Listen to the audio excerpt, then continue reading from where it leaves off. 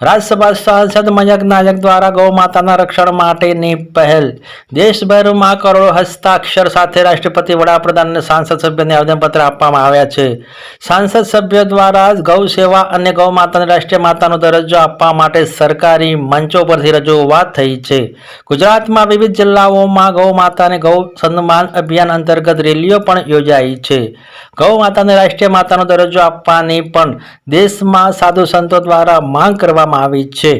ત્યારે આજે મહેસાણા ખાતે સાંસદ મયંક નાયક દ્વારા ગૌ માતાને રક્ષણ માટે સેવાલયની ટીમ સાથે ગૌ માતાને રક્ષણ માટેનું સેવા કાર્ય કરવામાં આવ્યું.